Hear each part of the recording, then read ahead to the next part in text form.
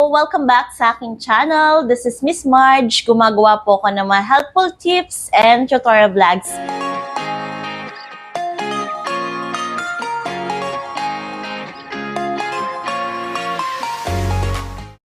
It's another day of tutorial. Welcome to my channel. This is Miss Marge. Kung interested po kayo sa aking mga topics, please don't forget na mag-subscribe para updated kayo sa aming mga updated tutorial vlogs. And browse lang kayo sa aking channel, baka may other videos pa po makakatulong sa inyo. But before tayo mag-proceed sa ating tutorial for today, gusto ko lang po i-promote sa inyo ang aking business RMT Travel and Tours. Kung kailangan niyo po ng airplane ticket or ferry ticket like to go, or gusto niyo magbakasyon sa Boracay, Palawan, or any domestic and international destination, message lang po kayo sa aming Facebook page, RMT Travel and Tours. And please like and follow din po ang aming Facebook page para updated kayo sa aming mga promos for tickets and tours. Pabook na po kayo. Thank you in advance. To continue our topic, ito ang part 2 na dapat mong malaman na mga benefits mo sa SSS kung isa kang SSS member. Kung hindi nyo pa po napapanood yung part 1, panoorin nyo po dito sa channel ko. Browse nyo lang po yung channel ko. Ilalagay ko rin yung link ng part 1 dito sa description at comment section ng video to. Ano-ano pa ba ang mga benefits natin bilang SSS member? So, meron tayong sickness benefits, maternity benefits, and meron din tayong disability benefits. And also, meron din tayong retirement benefits, death claims, funeral, and unemployment benefits. So, explain po natin siya isa-isa. So, una is yung sickness benefits. So, yung sickness benefits po is isang daily cash allowance na binabayad sa SSS members. Depende kung ilan yung number of days na na-approve sa kanya ng doktor na magpahinga due to sickness or injury. So, sino ba yung mga pwedeng mag-avail ng SSS sickness benefits? So, ang mga pwedeng mag-avail ng SSS sickness benefits ay ang mga SSS member na hindi kaya magtrabaho due to sickness or injury, or na-confine sa hospital, or nagpahinga sa bahay at least minimum of 4 days. And dapat may minimum kayo na 3 months na SSS contribution within 1 year. So for example, as of July 2025, dapat may 3 months kayong contribution from July 2024 to June 2025. And dapat nakapag-notify kayo ng inyong sickness sa SSS kung kayo ay self-employed or voluntary member, or nakapag-notify kayo sa employer nyo kung kayo naman ay employed para i-notify nila sa SSS. So, ang bilang nito is 5 days sa employee to employer and 5 days naman from employer to SSS. And para sa mga employed, dapat ubos na ang sick leave within the current year para mabayaran ang iyong sickness benefits or ma-approve ni SSS ang iyong sickness benefits. Except, syempre, sa mga seaman dahil dun nga sila base kung saan sila nag-work. Para sa whole process kung paano mag-apply ng sickness benefits sa SSS, panoorin niyo po sa channel ko yung video kung paano mag-apply ng sickness benefits online. So, browse niyo lang po yung channel ko. Ilalagay ko rin yung link nun sa description at comment section ng video to. So, next is maternity benefits. So, yung maternity benefits is cash allowance din siya na binibigay sa mga female or sa mga babaeng SSS member dahil sa panganganak or pag nakunan po. So, yun po, may allowance ang mga female once nanganak sila or nakunan. Sino-sino ba ang mga qualified na mag-avail ng SSS maternity benefits?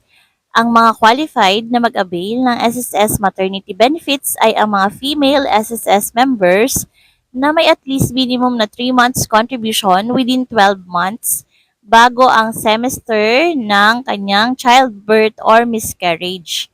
So, ang semester of childbirth or miscarriage ay, for example, manganganak ka ng November 2025. So, ang semester of childbirth mo or miscarriage ay July 2025 to December 2025. So, dapat may 3 months kang contribution from June 2024 to July 2025. And dapat nabayaran mo yung contribution na yon bago yung semester ng childbirth mo. hindi ina-accept ni SSS yung maghahabol ka ng contribution. For example, magbabayad ka pa lang ng contribution sa August 2025 para sa contribution mo ng June 2024 to June 2025. So, dapat bayad mo siya bago ka manganak or yung semester of childbirth mo or kung bago ka ma-miscarriage. So, make sure tandaan niyo po yun. Yung iba kasi naghahabol ng contribution para makaklaim ng SSS maternity benefits. Kung alanganin na, wag nang munang bayaran kasi baka hindi rin ma-approve yung maternity benefits nyo. Kung employed po kayo, dapat ma-notify nyo si employer nyo ng inyong pregnancy at kung kailan yung possible date ng panganganak nyo. So, may pinipila pa na form dito, yung maternity notification form. Then, i-attach nyo yung ultrasound nyo. And then, isasubmit nyo po ito sa inyong employer. And kung self-employed kayo, voluntary member, or non-working spouse, or OFW, so, kailangan nyo i-notify si SSS ng inyong pregnancy and yung date ng childbirth nyo.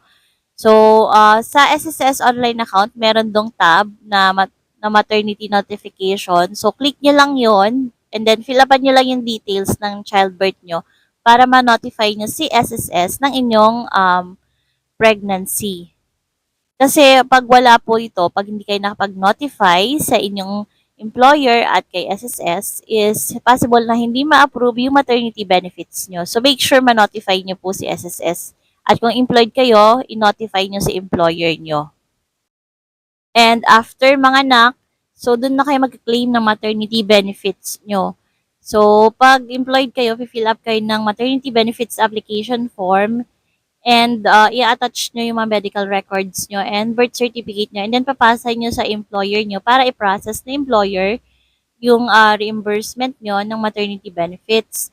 And kung self-employed kayo or voluntary member, so pwede na siya mag-apply online. So, i-upload nyo lang dun yung maternity benefits application form nyo and yung mga medical records and birth certificate ng anak nyo. I-upload nyo lang online.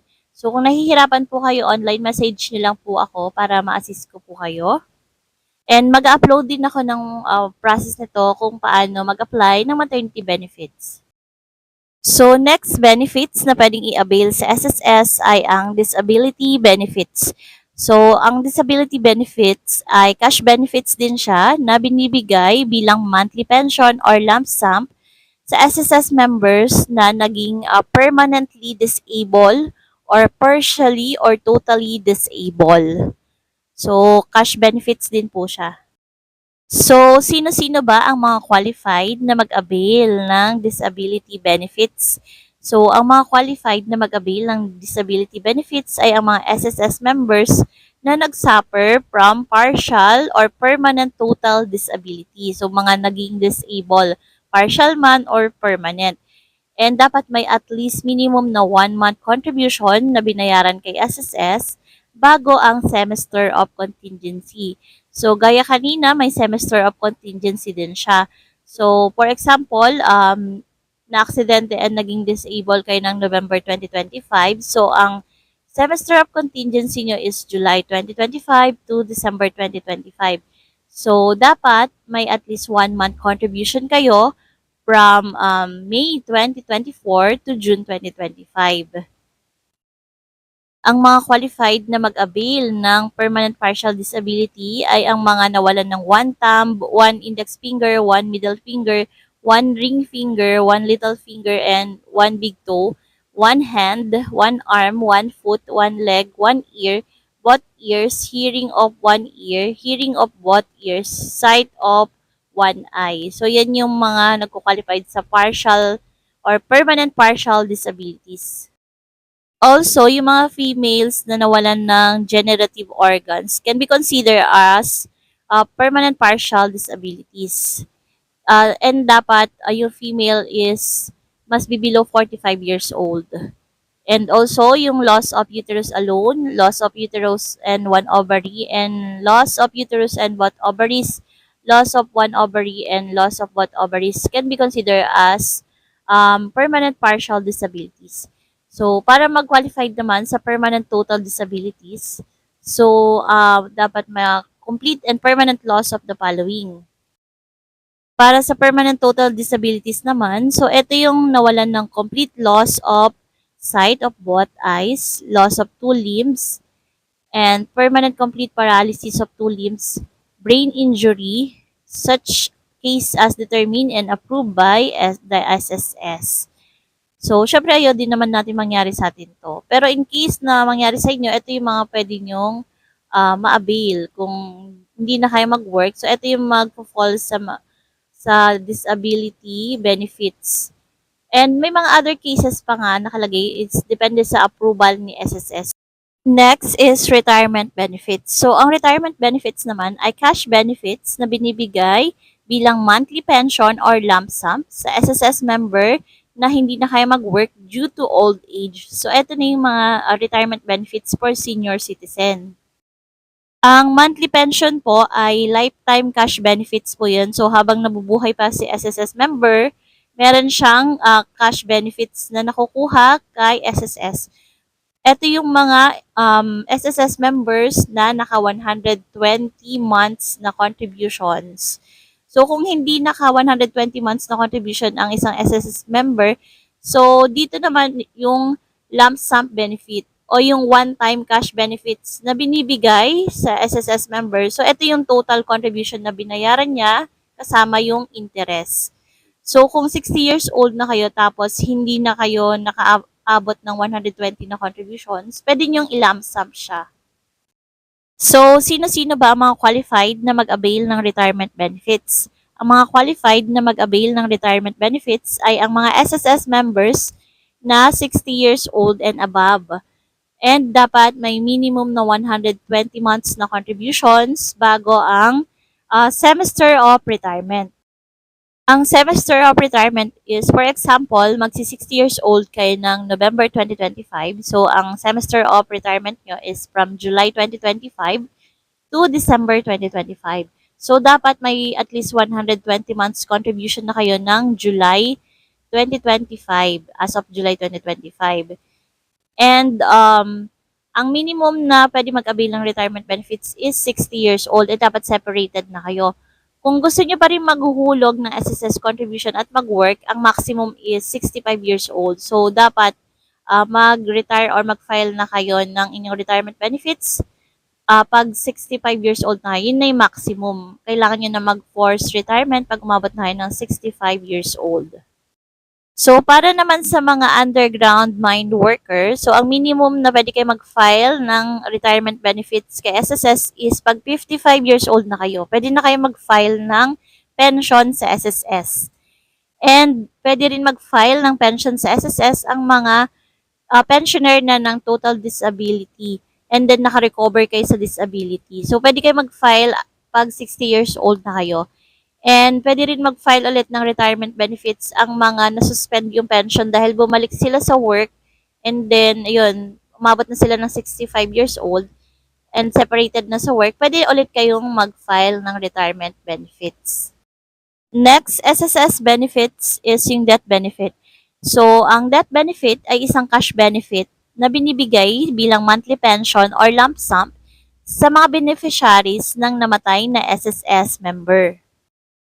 Ang death benefit ay isang cash benefits na binibigay sa beneficiaries ng namatay na SSS members gaya ng asawa or anak. And pwede itong monthly pension pag ang SSS member ay nagkaroon or merong more than 36 months na contribution sa SSS. Pag less than 36 months yung contribution niyo sa SSS, is lump sum benefit or one-time cash benefits na binabayad sa primary beneficiaries.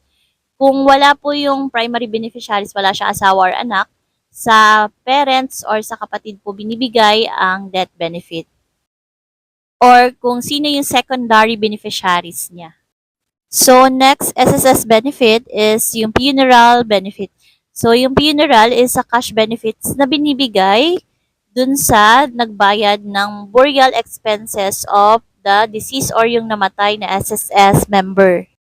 Ang pwedeng makuha na funeral benefit is nasa around 20,000 to 60,000. Depende sa contribution ng SSS member and dapat at least may 36 months na contribution siya. Kung less than 36 months yung contribution, fixed na 12,000 pesos yung makukuha bilang funeral benefit. And lastly is yung unemployment benefits.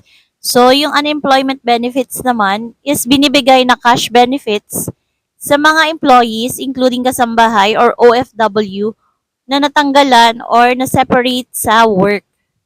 Ang mga qualified na mag-avail ng death benefit ay yung mga natanggalan ng trabaho na not more than 60 years old. Kung underground mine worker is not more than 50 years old and dapat nakabayad ng at least 36 months na contribution and dapat may latest na 12 months na contribution bago siya mawalan ng work. And wala siyang unemployment benefits na in-apply within 3 years.